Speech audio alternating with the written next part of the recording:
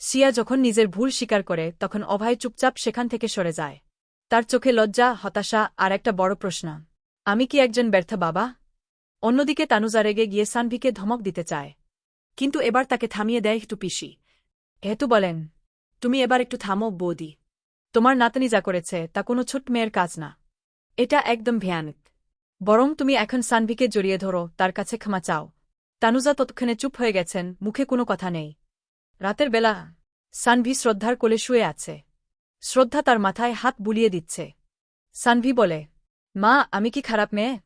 শ্রদ্ধা কাঁদতে কাঁদতে বলে, না মা, তুই আমার পৃথিবীর সবচেয়ে ভালো মেয়ে। কারো অন্যায়ের প্রতিবাদ করাটাই সাহসের কাজ। অন্যদিকে অভয় নিজের রুমে। সে সিয়ার ছবির দিকে তাকিয়ে চুপ করে বসে থাকে। হঠাৎ তার মনে পড়ে যায়, ছোটবেলায় যখন শ্রদ্ধা সিয়াকে ভুল কাজ থেকে বিরত রাখতে চাইত, সে কখনোই শ্রদ্ধার কথা শুনত না। অভয় নিজেকে বলে, আজ যদি শ্রদ্ধার কথা তখন শুনতাম তাহলে সিয়ার আজ এই রূপ হতো না। পরদিন সকাল, শ্রদ্ধা রান্নাঘরে নাস্তা বানাচ্ছিল। হঠাৎ অভয় এসে দাঁড়ায়।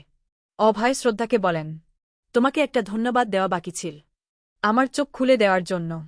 শ্রদ্ধা বলে, এত বছর পর ধন্যবাদ দিয়ে কি হবে অভয়? আমার মেয়েটা আজও একা হয়ে যায়, অন্যায়ের শিকার হয়।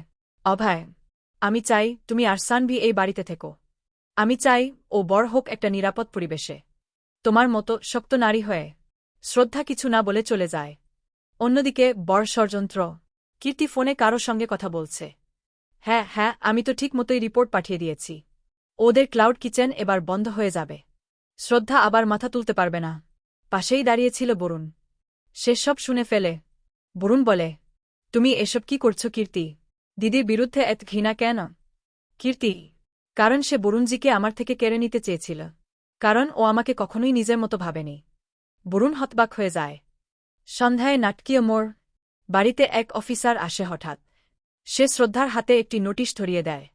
আপনার বিরুদ্ধে ফুড সেফটি এবং কমপ্লায়েন্স অ্যাক্ট অনুযায়ী অভিযোগ করা হয়েছে।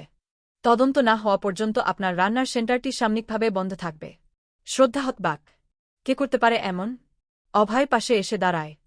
বলেন, আমি দেখছি কে করেছে। আমি থাকলে কেউ তোমার স্বপ্ন ভাঙতে পারবে না। এদিকে মোহিত ফোন করে জানায়, দিদি, আমি হ্যাকার দিয়ে দেখেছি, এই রিপোর্ট গিয়েছে কীর্তির আইডি থেকে। শ্রদ্ধা স্তব্ধ হয়ে যায়। অভয়ের মুখে তখন রাগ, হতাশা আর অজানা প্রতিজ্ঞার ছায়া। সানভি, শ্রদ্ধা আর অভয় দাঁড়িয়ে রয়েছে বারান্দায়।